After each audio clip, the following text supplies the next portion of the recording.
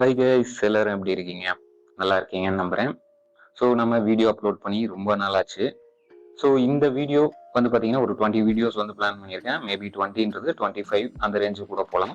என்ன அப்படின்னு பார்த்தீங்கன்னா 3D பிரிண்டர் வந்து பிகினர்ஸ்க்கு ஃப்ரம் ஸ்டார்டிங்ல இருந்து எண்ட் வரைக்கும் இந்த கம்ப்ளீட் வீடியோஸ் நீங்கள் எல்லாமே வந்து பார்த்ததுக்கப்புறம் நீங்கள் வந்து 3D பிரிண்டிங் ஒர்க் பண்ணுறதா இருந்தாலும் சரி, பிஸ்னஸ் பண்ணுறதா இருந்தாலும் சரி, இல்லை ஃபாரின்ல நீங்கள் ஜாப் தேடி போகிறதா இருந்தாலும் சரி, கண்டிப்பாக உங்களுக்கு வந்து ஒரு கிளாரிட்டி வந்துருக்கும். அதுக்காக தான் இது வந்து பர்டிகுலரா 3D பிரிண்டிங்னா என்னன்னே தெரியாம ஸ்டார்டிங்ல இருப்பாங்க இல்லையா அவங்களுக்கும், அண்ட் ஆல்சோ வந்து எக்ஸ்போர்ட்ஸும் வந்து ஒரு 10 வீடியோஸ்க்கு அப்புறமா வந்து நீங்க ஆல்ரெடி 3D பிரிண்டிங்ல இருக்கீங்க அப்படின்னா அதுவும் வந்து உங்களுக்கு ரொம்பவே யூஸ்ஃபுல் ஆகும். ஸோ இந்த வீடியோ வந்து உங்க ரிலேஷன்ஸ் யாராவது படிச்சுட்டு இருக்காங்க, இல்ல ஜாப் தேடிட்டு இருக்காங்க, மெக்கானிக்கல் ஆர் சிவில் இந்த ஓரியன்டட்ல 3D பிரிண்டிங் டெக்னாலஜி பத்தி தெரிஞ்சுக்கணும் அப்படின்றவங்களுக்கு இதை ஷேர் பண்ணுங்க. கண்டிப்பா வந்து யூஸ்ஃபுல்லா இருக்கும்.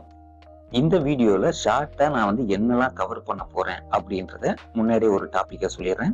3D பிரிண்டிங்னா என்ன அப்படின்றத சிம்பிளா வந்து ஈஸியா சொல்ல போறேன்.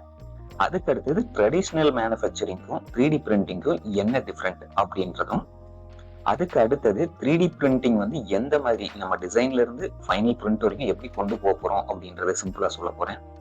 அதுக்கடுத்து ரியல் டைம், அதாவது நம்மளோட ரியல் லைஃப்ல 3D பிரிண்டிங் ஆப்ஜெக்ட் எங்கெல்லாம் யூஸ் ஆகுது, அண்ட் அதுக்கப்புறம் 3D பிரிண்டிங் வந்து இப்ப ஏன் இவ்வளோ பாப்புலரா இருக்கு அப்படின்ற இந்த 5 டாபிக் தான் வந்து இந்த வீடியோல நம்ம கவர் பண்ண போறோம். வாங்க வீடியோக்குள்ள போகலாம்.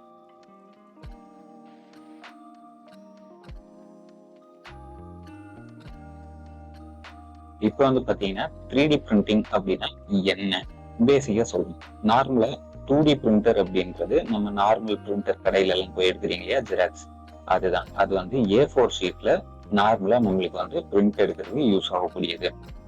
ஒரு A4 ஷீட் வைப்போம். நம்ம கம்ப்யூட்டர்ல இருந்து ஒரு டிசைன் போட்டோஷாப்போ இல்லை வேற ஏதோ ஒரு டிசைன்ல கொடுக்குறோம்.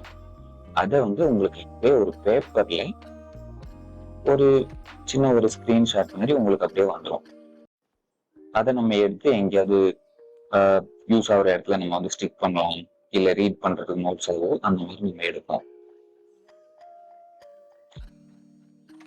இதுவே 3D பிரிண்டிங் வந்து நம்ம இந்த மாதிரி ஒரு ஆப்ஜெக்டை டிசைன் பண்ணிட்டு, நீங்க டிசைன் பண்ணலாம், இன்டர்நெட்ல இருந்து டவுன்லோட் பண்ணலாம், 3D மாடலா எடுத்துட்டு அதை வந்து நீங்க 3D பிரிண்டிங்ல பிரிண்ட் பண்ண ஆரம்பிச்சீங்க அப்படின்னா உங்களுக்கு வந்து ரியல் டைம் ப்ராடக்டாவே யூஸ் பண்ணலாம்.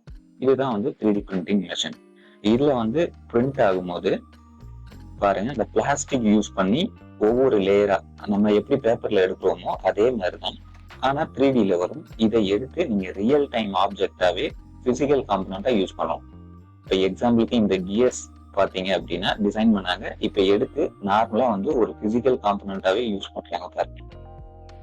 இந்த மாதிரி நீங்க வந்து எந்த ஒரு காம்பனண்ட்டும், பிளாஸ்டிக் கப்பு இல்ல ஒரு சுவிட்ச் பாக்ஸ், எதுனாலும் நீங்க இந்த மாதிரி வந்து பண்ண முடியும்.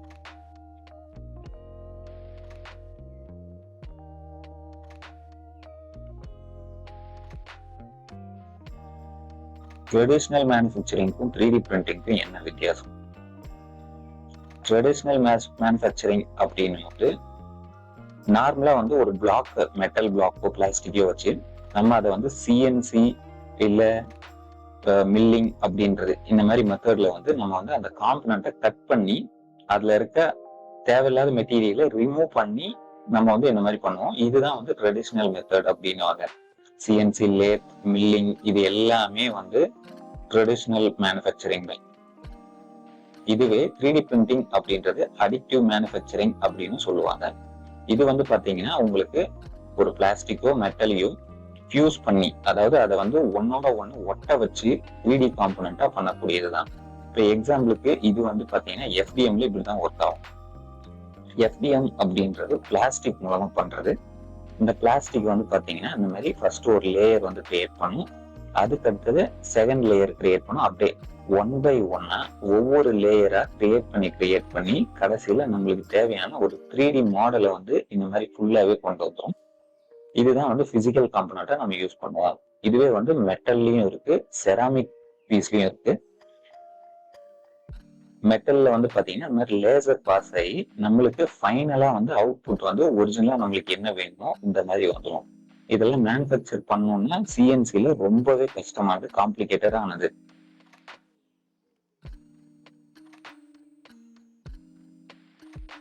3D பிரிண்டிங் எப்படி நம்ம யூஸ் பண்றதுன்றது ஒரு பேசிக்கா சொல்றேன். ஃபர்ஸ்ட் ஸ்டேஜ் பாத்தீங்க அப்படின்னா நீங்க மாடலை டவுன்லோட் பண்ணலாம். நிறைய ஃப்ரீ வெப்சைட்ஸ் இருக்கு, இதுல இருந்து நீங்க டவுன்லோட் பண்ணலாம். அப்படி இல்லை அப்படின்னா நீங்க வந்து டிசைன் பண்ணலாம். இப்போ நீங்க டிசைனிங் கோர்ஸ் எல்லாம் தெரியும் அப்படின்னா இந்த மாதிரி காம்பனன்ட்ஸ் வந்து உங்களுக்கு தேவையான மாடல்ஸை நீங்களே வந்து டிசைன் பண்ணிக்கலாம். அடுத்தது ஸ்லைசிங். இப்போ ஸ்லைசிங் அப்படின்றது ஒன்றும் பெரிய விஷயம் கிடையாது. நார்மலா எப்படி சிஎன்சில நம்ம ஒரு டிசைனை கொடுத்து ஜி கோட் ஜென்ரேட் பண்றோமோ அதே மாதிரி தான் இதுல வந்து ஸ்லைசிங்னு ஒரு சில சாஃப்ட்வேர்ஸ் இருக்கு. அதை வந்து நம்ம ஃபியூச்சர்ல ஒன் பை ஒன்னா பார்க்கலாம். அதுல ஜி கோட கன்வெர்ட் பண்ணிட்டு 3D பிரிண்டிங் கொடுத்தீங்க அப்படின்னா பிரிண்டர் வந்து உங்களுக்கு வந்து இந்த மாதிரி ஸ்டார்ட் ஆயிடும். நீங்க கொடுத்த டிசைனை கம்ப்ளீட்டா அது வந்து உடனே உங்களுக்கு பண்ணிடும். இது ஒன்றும் பெரிய காம்ப்ளிகேட்டடான இது கிடையாது. சிஎன்சி மாதிரி ப்ரோக்ராமிங்லாம் ரொம்ப கஷ்டம் கிடையாது. ரொம்பவே பிளக் அண்ட் பிளே மாதிரி தான் இருக்கும். ரொம்ப ஈஸியான ஆப்ஷன்ஸ் யூஸ் பண்ணி நம்மளுக்கு தேவையான காம்பனன்ட்ஸை அவுட்புட்டா எடுத்துடலாம்.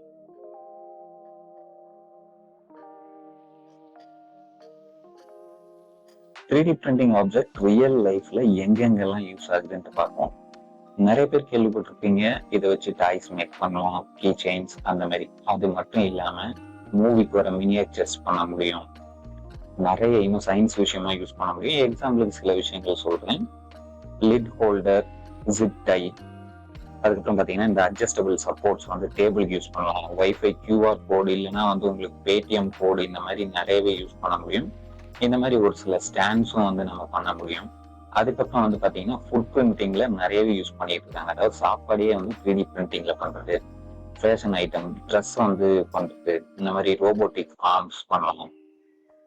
ஸோ டெக்னாலஜி வந்து வளர்ந்து போயிட்டு தான் இருக்கு. நம்மளும் அது கத்துக்கணும். இந்த மாதிரி வந்து காரோட ப்ரோட்டோடைப் பண்ணணும். ஸ்பேஸ் அதுல பாத்தீங்கன்னா ராக்கெட்ல 90% காஸ்ட் வந்து கம்மி பண்ணிட்டாங்க. ஸ்பேஸ் எக்ஸ் இந்த மாதிரி நிறைய இந்தியாவிலேயே நிறைய கம்பெனிஸ் வந்து பாத்தீங்கன்னா 3D பிரிண்டிங்ல பண்றாங்க. இப்ப ஸ்பேஸ்ல இருக்கக்கூடிய ஸ்பேஸ் ஸ்டேஷன்ல ஏதாவது ஒரு ஸ்பேர் தேவை அப்படின்னா அந்த 3D பிரிண்டரை வச்சு அவங்க மேனுஃபேக்சர் பண்ணிக்குவாங்க. இங்க இருந்து நம்ம செஞ்சு அனுப்ப வேண்டிய அவசியம் இல்லை.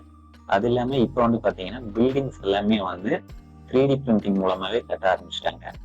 ஸோ கன்ஸ்ட்ரக்ஷன் 3D பிரிண்டிங் அப்படின்ற ஒரு இதுவும் நிறையவே இருக்கு. இன்ஜெக்ஷன் மோல்டிங் மூலம் நீங்க வந்து டைரக்டா டையே வந்து 3D பிரிண்டிங்ல பண்ணலாம். இது மூலமா 90% காஸ்ட் எஃபிஷியன்டா வந்து உங்களுக்கு பண்ண முடியும் டையை. ஃபவுண்டரிக்கு வந்து பாத்தீங்கன்னா மேட்ச் பிளேட்ஸ், பேட்டர்ன்ஸ் இந்த மாதிரி எல்லாத்தையுமே வந்து பண்ண முடியும். 3D பிரிண்டிங் ஏன் இவ்வளோ ஃபாஸ்டா க்ரோத் ஆயிட்டு இருக்கு, இப்ப ஏன் இவ்வளோ பாப்புலரா இருக்கு அப்படின்றத பார்க்கலாம். கஸ்டமைஸ்டா நீங்க வந்து இதுல வந்து எந்த மாதிரியான ஒரு காம்பனண்ட்டையும் உங்களால ஈஸியா பண்ண முடியும். அது இல்லாம ரொம்ப ஃபாஸ்டா ப்ரோட்டோடைப் வந்து பார்க்கக்கூடிய ஈஸியான மெத்தட் தான் 3D பிரிண்டிங். உங்களுக்கு ப்ரோட்டோடைப் வேற எதுலையுமே இவ்வளவு ஸ்பீடா வந்து பார்க்கவே முடியாது. காஸ்ட் எஃபிஷியன்ட் பார்த்தீங்க அப்படின்னா இந்த கிராஃப்ல உங்களுக்கு தெரியும். இன்ஜெக்ஷன் மோல்டிங்ல இருக்கக்கூடியதுல இருந்து எவ்வளவு 75% வந்து உங்களுக்கு காஸ்ட் வந்து டிஃப்ரெண்ட் ஆகும். இதுல வந்து பாத்தீங்கன்னா எவ்வளவு காம்ப்ளெக்ஸான டிசைன் வேணும் நீங்க பண்ண முடியும். ரிங், அதுக்கப்புறம் இன்னும் நிறைய இருக்கு. நீங்க இந்த ஃபீல்டுக்குள்ள வந்தீங்கன்னா தெரியும். ரொம்ப காம்ப்ளிகேட்டடான காம்பனன்ட் எல்லாத்தையுமே பண்ணலாம். அண்ட் இதுல வந்து பாத்தீங்கன்னா மெட்டல், பிளாஸ்டிக், செராமிக் மெட்டீரியல் இந்த மாதிரி வந்து டிஃப்ரெண்ட் கேட்டகரியில நீங்க வந்து பிரிண்ட் பண்ணிக்க முடியும். இதை வந்து எந்த ஃபீல்ட் எல்லாம் யூஸ் பண்றாங்க அப்படின்றது சிம்பிளா சொல்றேன் பாத்துக்கோங்க. Medical, architecture, automobile, jewellery, consumer product, aerospace. இது வந்து நான் சிம்பிளா சொல்லி முடிச்சிட்டேன். இது வந்து இன்னும் போக போக மற்ற வீடியோஸ்ல வந்து பாருங்க, ஃபுல் டீட்டெயிலா சொல்லுவேன். உங்களுக்கே வந்து இது ஒரு பெரிய கடல்ன்றது தெரியும். எக்ஸாம்பிள் சொல்றேன், 3D பிரிண்டிங்ல ஷூ வந்து பண்றாங்க. இந்த ஷூவோட ரேட் வந்து பாத்தீங்கன்னா கிட்டத்தட்ட 30,000 அது வரைக்கும் சேல் பண்ணுவாங்க இந்தியா மணிக்கு. ஸோ நீங்களும் இந்த மாதிரி ஷூஸ் கூட பண்ணி ஒரு பிசினஸே ஸ்டார்ட் பண்ண முடியும். அடிடாஸ் இந்த மாதிரி நிறைய பிராண்ட்ஸ் எல்லாமே வந்து இப்ப 3D பிரிண்டிங் ஷூஸ் வந்து பண்ணிட்டு இருக்காங்க. இந்த ஷூஸ்லயே வந்து நீங்க வந்து ஒரு சில ஆல்டர் பண்றது மூலமா, அதாவது உங்க கஸ்டமரோட காலுக்கு ஏற்ற மாதிரி சேஞ்ச் பண்றது மூலமா அவங்களுக்கு வந்து அந்த பெயின் எல்லாத்தையும் வந்து ஹீலிங் பண்றதுக்கு ஒரு ட்ரீட்மெண்டா கூட இது வந்து நிறைய இடத்துல யூஸ் பண்றாங்க. So 3D printing business start பண்றீங்கன்னா இதுவும் ஒரு ஐடியாவா நீங்க வந்து யூஸ் பண்ணலாம். ஸோ கண்டினியூவா இந்த வீடியோஸ் எல்லாத்தையுமே பாருங்க. ஒரு லைக் அண்ட் கமெண்ட் பண்ணுங்க. உங்களுக்கு பிடிச்ச விஷயம், பிடிக்காத விஷயத்தையும் கமெண்ட்ல சொல்லுங்க. நீங்க பண்ற கமெண்ட் அண்ட் லைக்ஸ் தான் வந்து எனக்கு அடுத்த வீடியோஸ் வந்து சீக்கிரமா போடக்கூடிய ஒரு மோட்டிவேஷனா இருக்கும். ஸோ உங்க ஃப்ரெண்ட்ஸுக்கும் இந்த வீடியோஸ் தேவை அப்படின்னா ஷேர் பண்ணுங்க. அடுத்த வீடியோல பார்ப்போம். Thank you guys.